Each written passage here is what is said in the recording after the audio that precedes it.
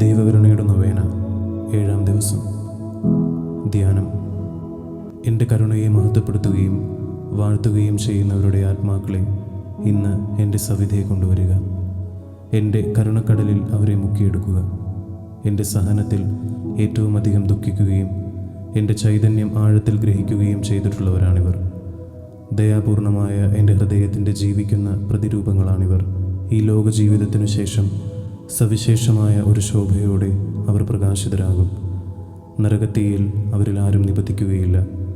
മരണസമയത്ത് അവർ ഓരോരുത്തരെയും പ്രത്യേകമായി ഞാൻ സംരക്ഷിക്കും. പ്രാർത്ഥന.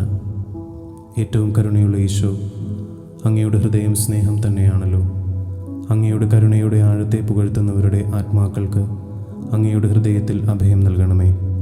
ദൈവത്തിൻ്റെ തന്നെ ശക്തി സ്വീകരിച്ച് ശ്രേഷ്ഠത നിറഞ്ഞവരാണ് ഈ ആത്മാക്കൾ. ദുഃഖങ്ങളുടെ നടുവിലും അങ്ങയുടെ കാരുണ്യത്തിൽ ആശ്രയിച്ച് അവർ മുന്നോട്ട് പോകുന്നു. ഈശോയുമായി ഐക്യപ്പെട്ടിരിക്കുന്ന ഈ ആത്മാക്കൾ മാനവലോകത്തെ മുഴുവൻ തങ്ങളുടെ തോടുകളിൽ സംവഹിക്കുന്നു. ഈ ആത്മാക്കൾ കഠിനമായി വിധിക്കപ്പെടുകയില്ല. ഈ ജീവിതത്തിൽ നിന്നും പിരിയുമ്പോൾ അങ്ങയുടെ കരുണ അവരെ ആലിംഗനം ചെയ്ത് സ്വീകരിക്കും. നിത്യനായ പിതാവേ, ഈശോയുടെ കരുണയുള്ള ഹൃദയത്തിലെ അംഗങ്ങളും അങ്ങയുടെ അളവില്ലാത്ത കരുണയെ പാടിപ്പുകഴ്ത്തുന്നവരുമായ ആത്മാക്കളുടെ മേൽ അങ്ങയുടെ ദയാദൃഷ്ടി പതിക്കണമേ. ജീവിക്കുന്ന സുവിശേഷങ്ങളാണ് ഈ ആത്മാക്കൾ. കരുണയുടെ പ്രവൃത്തികളാൽ അവരുടെ കൈകൾ നിറഞ്ഞിരിക്കുന്നു. സന്തോഷത്താൽ നിറഞ്ഞു തുളുമ്പുന്ന അവരുടെ ഹൃദയം അത്യുന്നതന് കാരുണ്യത്തിൻ്റെ ഒരു ഗീതം ആലപിക്കുന്നു.